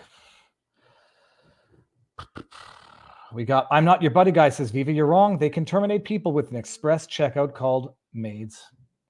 Taoscape says Viva need a white pill. Dictor has a book out on the positive stories of the convoy. We are also working on something to try and unite people and get them talking again. You should have him on. Becky Lynn G says, Viva, do you find the USA better? I'm curious. There are pros and cons. Politically, there's no comparison. Those are the rumble rants. Thank you. Okay, now let's bring this out and let's just see. I think I miss Canada, but I miss my memory of Canada. When I went back over Christmas, it was like walking back into it was like walking back into an insane asylum or walking back into a prison. No, but it's not so bad, Viva. I mean, you have the freedom to criticize the government. You have the freedom to go, drive around. It's a race to the bottom when you're saying Canada's not yet as bad as fill in the blank, so shut up and take it. Wrong. Canada is not the Canada I grew up in or that I thought I grew up in. It is not that Canada anymore. It is closer to a China than it is to the Canada I thought I once knew that I remembered. Canada has turned, the Trudeau government has turned my country into a big prison, and Commissioner Rouleau just ratified that act. Be good. Be good, and you can keep your bank accounts.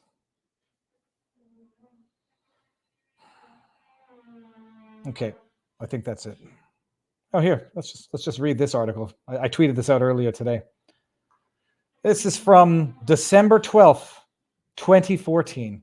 Why Canada will become a dictatorship under Trudeau. The leader of that party does what he wants, when he wants, and no one dares question him. Would a Prime Minister Trudeau arbitrarily whip the vote and outlaw certain moral questions? Could Prime Minister Trudeau be trusted to make decisions for the good of the country, not just for his personal self-worth? Would Trudeau call in the police to enforce his vision? Can you imagine this? This dude must feel like the smartest guy on earth right now. Daniel Dicken.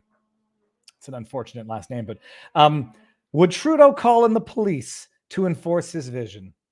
Hey, we now know the answer. Let's hope we never have the opportunity to ask those questions. This dude deserves a freaking Nostradamus award. Here, I'll give everybody that article so you can go read it. All right. An hour and 35 minutes. What's the white pill? Okay, I'm going to Diagon militia. We saw that. Okay. The report. Why did I bring this up? Why did I bring this up? Volume 1, overview, 273 pages. Okay, that's right. Ridiculousness. And not the good show that is on MTV. Let me just see if Diagon. Oh, Diagon comes up here. Doesn't matter. It's all effing garbage. Let me just see something here. Hold on. I didn't do this. Viva. Nobody watched my videos. They didn't watch my videos. It wouldn't have made a bloody difference. It's quite clear now it would not have made a bloody difference.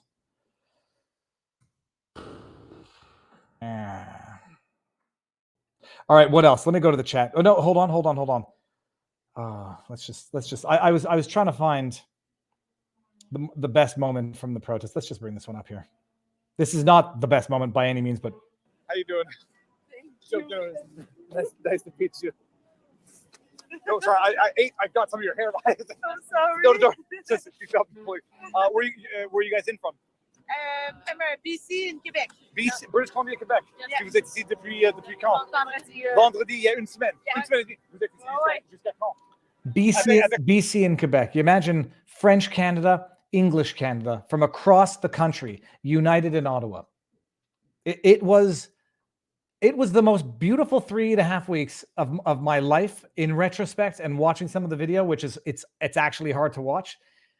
It was the most, I had never felt prouder to be Canadian. I had never felt happier. At the very least, I should say that. I had not felt happier in the last 3 years. I went down there expecting to see Nazi flags and Confederate flags and people misbehaving. I went down there expecting that. And I said, if it's going to happen, we're all going to see it together. The convoy. Wait, until it's done. Good. It's done. Oh, David. Juste qu'il te rencontre. Non, Je suis bien content là, avec sa copine. Elle a parlé juste anglais, mon gars, il est bilingue. Son nom, il va offrir on YouTube. How you doing? Nice to meet Do you guys mind being on the interwebs? For sure. Okay, For sure. you have to say it loud because there's a lot of horns. Where are you guys in from? Where are we from? Yes. I am from Tottenham, Ontario. All right. I'm from Alliston. Yes. And how long are you guys in here for? Like, you come for the day? Yeah, we're staying here for the day. We were here yesterday. Now we're here today. How did you find it? Awesome. Oh, it was amazing. Great vibes. Yeah. Fighting for my freedom. Fighting for my future children's freedom, and I'm loving it here. Are you guys in school? Yes, I go to Ryerson University. Ryerson. Currently online though, because they will not let me in person. So Can you believe? And they didn't require the evidence for online learning like we've seen in some places. sorry. There was a place in New York where apparently they required proof of vaccination for online learning. Yep. I need to submit a proof vaccination, be able to go in person. Everything's online right now. So let's just flesh that out so people can understand. I won't play the You entire can't thing. go in person. And so that is to say, everybody who knows that you're at that school and in that class, but not in that class, now knows some personal medical information of yourself. Exactly. And I want to see if do you there's get another. ostracized or made fun of or viewed differently by people in the class? Oh, for sure. Unfortunately, I've lost many friends who I've been friends with since 6th grade almost. And just because due to my views and I know I'm unvaccinated, they have not want to be friends with me anymore. And they've completely cut me off and they have not respected my views. And you know who else didn't? The government. Now I'm reading a comment here. Where was it? It said the world is more red-pilled. Come on. Where is it? I just saw the world is more red-pilled now than it was. Remember when he found the $100 in the snow? That was funny. That's banned from YouTube. It was a joke. It was like someone put it there as like a gag on the internet as I'm walking back. Was it 100 or was it? It was a big bill. I remember it was a shockingly big bill. Here we go. Damn it, Janet. The world is more red pilled than 1 year ago. Fact. I guess that's the white pill. The white pill is that more people are red pilled. But people are proudly ushering in a hell that they cannot possibly envision and opening a Pandora's box that they will never be able to force closed. And even if they force it closed, they've already let out the demons of that box. I'm mixing up a bunch of analogies here. Usky Wee Wee says, it was awesome. I was pleased to have met you. And then Taoscape says, don't forget the trans person you spoke to who no longer had to endure slurs on the way to work when the convoy arrived. I was trying to look for that highlights. I met a trans protester participating in the convoy. Remember that transphobe protest? And I meet the person. It's not just that there's no animosity. We are brothers. Like, we are brothers in arms. And this individual, Ari was their name. There was no animosity. There was no ideology. We were two people on God's earth holding hands, hugging, talking, and being human with each other. And Ari said that the only time they ever experienced any harassment, slurs, was when they crossed the line from the counter-protesters to the protest, and the people counter-protesting looked at Ari and thought Ari was an ally, and the second Ari crossed the line, well, Ari's free speech turned into enemy speech. Ari went from being an ally to being an enemy. The second that Ari crossed that line, had to hear slurs from the tolerant left anti-protesters of Ottawa. And Ari was walking around the protest, if I'm not mistaken, with an actual trans flag, and was there having, loving it. Oh. I'm just trying to think if there was anything else that I wanted to say that is going to make me feel better. So I'm going to have Keith on Monday, I think. Keith is going to come on and talk about this, sensitize people to what the hell just happened if you're not already wise to it, and what can be done.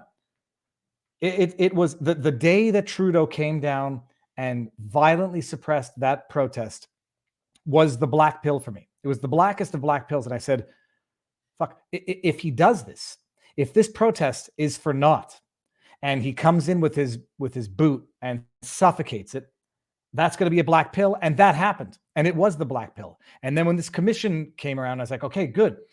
I was too short-sighted at the time to see that there is actually the white pill coming after this. It's going to be vindication. It's going to be political humiliation.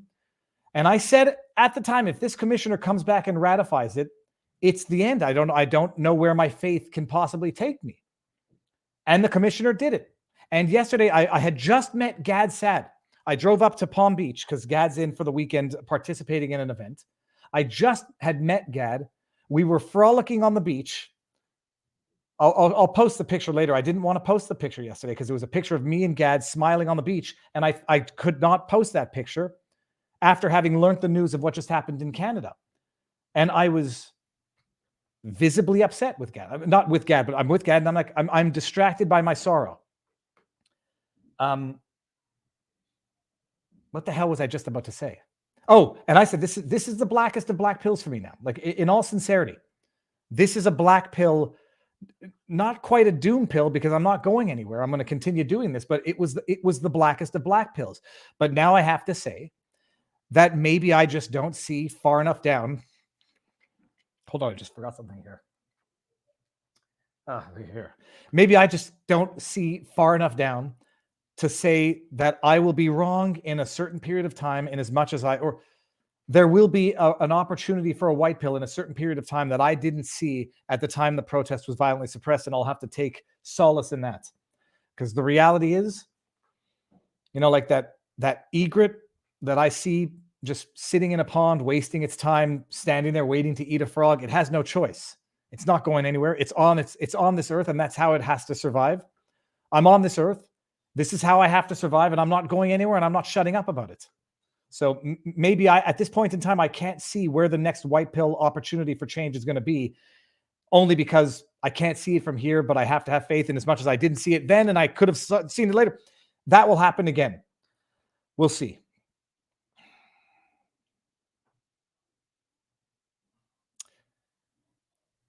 We'll see. Okay, but now let's go bring up another present. I think I see some more rumble rants, and then we're going to end this, and I'm going to go spend some time with the kids, go fishing. I did my jog this morning, and I did my 100 push-ups. I haven't eaten anything yet today, but I had a cup of coffee, so that has been good. Vile Dong. I remember Vile Dong. I saw your name a while back. Vile Dong says, when I was a child, the survivors of the Holocaust was still alive and prevented current stupidity. Now they are dead, and our politicians are ready to make the very same society as the Nazis did. And then $2 Rumble rant, Medic Deb, talk to me about VPNs. I think I need to know. Maybe I'm going to go look up. I'm going to go look up a VPN as a sponsor. I need to make sure that they're actually good. And then we got a $10 Rumble rant from Corn on Macabre, or Cornon Macabre, or Cor Non Macabre. Viva, look up Techno Trucker on YouTube. Top result. That was my favorite moment of the convoy. Hold on. Let's do it. Is there music in it? I don't want to run into issues.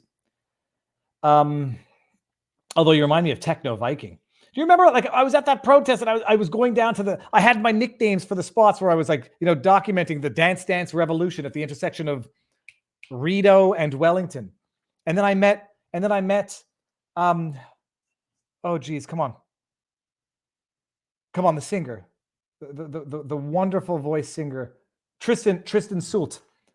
I met Tristan Soult on the first day, and I ran into her, and it's blistering cold, and there's like a crazy woman running around with a guitar wanting to sing. I was like, oh, and then she's like, can I sing? I was like, yeah, sure, but there's a lot of people watching, and I wasn't sure that she was going to, like, make me cry with what she's saying. That might be what we're going to do. We're going to end it on that, people. Hold on.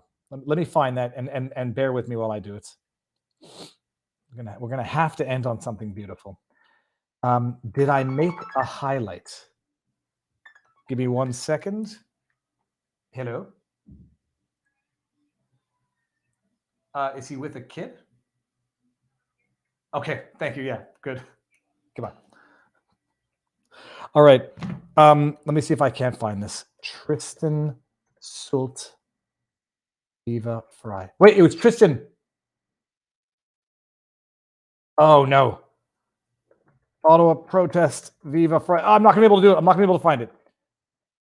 I'm not gonna be able to find it. It was day one. I'm not gonna be able to find it. Unless have I made a mistake on her name? Chat, help me out here. You know who I'm talking about. Come on, you know who I'm talking about. Trista. It was Trista, not Tristan. Hold on, I'm just going to go to Instagram. I know that she's there. I won't be able to get the clip. Trista.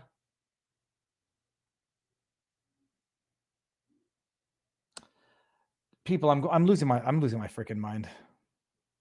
Oh, it doesn't matter. I won't be able to find it. Just reading the chat. Tristan, it was Trista. Trista, I cannot believe that I'm actually blanking right now. If my wife were here, Tristan.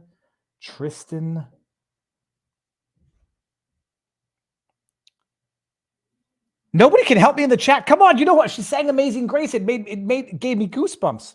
Okay, I won't be able to do it. But that's it. All right, I think that's all we have. What else is there? Did I miss anything, chat? I mean, is there anything that it's a dark day, but I guess it's always darkest before the dawn. You just never know when the dawn is coming, when it keeps getting darker and darker. So that's it. It wasn't Trista Freeland. Viva, you're missing the Toronto rally live now. All right, people. Well, let's do that. That might be the Trista Souk. Thank you very much. It's Trista Souk. Let me see if I can't find this real quick, lack. Trista Souk. It was the best. It was. Oh, there was so much beauty in that. Trista Souk, Viva Fry. Yes. Yes. Is this it? It's someone else's clip, and I don't care. I get to. Oh, yes. People, we're going to end on this. Amazing Grace is the most beautiful song ever. Let's get a bunch of cliches in here. It's always darkest before the dawn. We just don't know when the dawn is coming, and it seems to be getting darker and darker. This too shall pass. Lord loves those who help themselves. Lord loves a working man. God helps those who help themselves. All that it takes for evil to thrive is for good men to do nothing. Come on, let's get another one of the kitty cat holding on to the things. You know where I'm going with this. I will get over this dark mood for the day. Brewster McBrewster21 says, it's nice that you interact with the live chat. Thank you. And I'm going to go back to Rumble and frolicking with Gad. I'll share the picture on Twitter and in locals of Gad and I at the beach. I just could not share it yesterday. It would have been contextually inappropriate, and I didn't feel like it. I didn't feel as in it was not appropriate. Okay, anyways, all that to say. Let's get some cliches in. Always darkest before the dawn. You in Florida, far away from the front, says Lotus Land 49. Yeah, look, we all do what I think is where we think we are the most useful. That and I'm not hiding the fact that it's not a healthy place to be with kids in Canada. It's an unhealthy country to be raising a family in. So we'll definitely not apologize. And the irony is, Bill C-11 passes, there will be an outflux of commentary, news, political content out of Canada, because Trudeau is going to turn Canada into a hermit country like North Korea in the absence of a war. And that's it. Okay, now what I'm going to do, we're going to end it with a white pill. Trista Souk, the first day of the protest. I'm going to play it out, take my face out. Next time I'll try to, maybe I'll do something. I'll try to end the stream on Rumble and try a locals exclusive, but I'm going to get outside, get some sun, go fishing if I can, eat some food first and foremost. But everyone, Amazing Grace, if this doesn't give you goosebumps, check your pulse. Trista Souk. Souk, T-R-I-S-T-A, Souk, S-U-K-E. And I wrote a protest song called Smile. I sang it yesterday. Okay, look, we're doing this, people. We might get two songs. Okay, go on. Hold on, but I need the mic to be relatively near you. This might not be the Amazing Grace. Work out logistics. Be her original song. So now, are you? The convoy goes that way, right? Like that's more. You're a booger on mine. Did you just get here? I got here, but I came up from Elgin Street or Elgin. So the main stage is Parliament, right? No, yeah. But it goes down and takes it that way. I have no idea. I just came here to show my support to these truckers that are stuck here. Okay, go for it.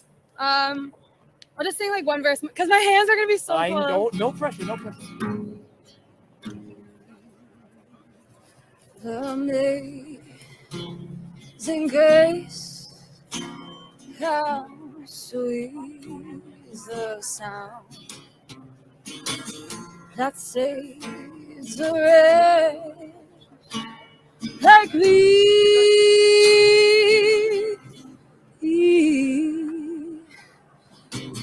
I once was lost, but now I'm found. Was blind, but now I see. Was great. Oh, I messed up. I'm nervous, and I'm cold. It doesn't matter. I promise not to cry on camera. Thank you. That was beautiful voice. I was so nervous. Sorry, I'm like nervous. Doesn't matter. Watch out.